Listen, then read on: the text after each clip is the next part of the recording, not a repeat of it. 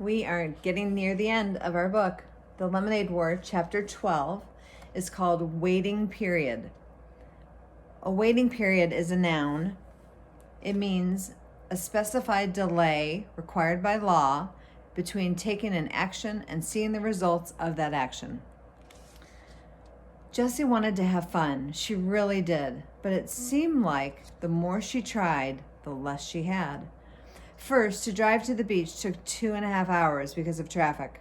Jessie felt the car lurching along. Forward, stop, forward, stop, forward, stop.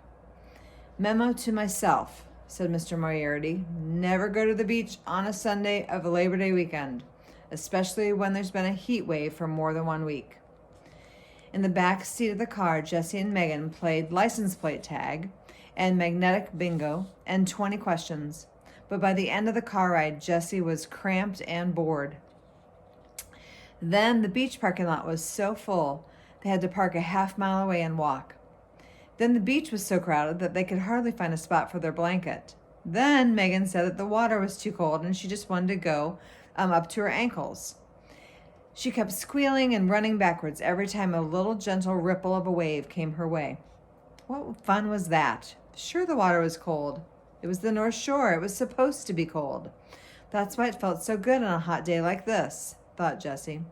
When Jessie and Evan went to the beach, they would boogie board and body surf and skimboard and throw a screaming scrunch ball back and forth the whole time.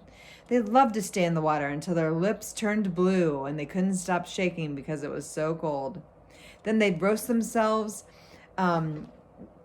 like hot dogs on their towels until they were hot and sweating again, and then they'd go right back in. Now that was fun at the beach.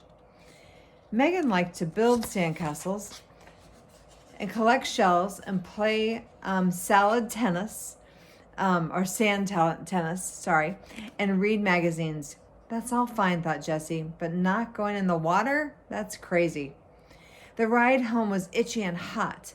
Jessie had sand in all the places where her skin rubbed together, between her toes, behind her ears, and between her cheeks. And somehow she'd gotten sunburn on her back, even though Mrs. Moriarty had smeared them thick with goopy sunscreen twice. Jessie didn't even have the patience for 10 questions, let alone 20 questions. But Megan didn't get that Jessie didn't feel like talking. She just kept trying to make her talk and quiz her on Teen Magazine. If Evan had been there, he would have kept quiet. Or maybe he would have hummed a little. Jessie liked it when Evan hummed. As they turned onto Damon Road, Megan said, "Are you feeling sick?" In fact, she was. For the past half hour, Jessie had been imagining walking in that door and facing Evan. And she'd been feeling sicker and sicker and sicker with every mile that brought her closer to home. Chapter 12. It was a short one. Chapter 13 is next.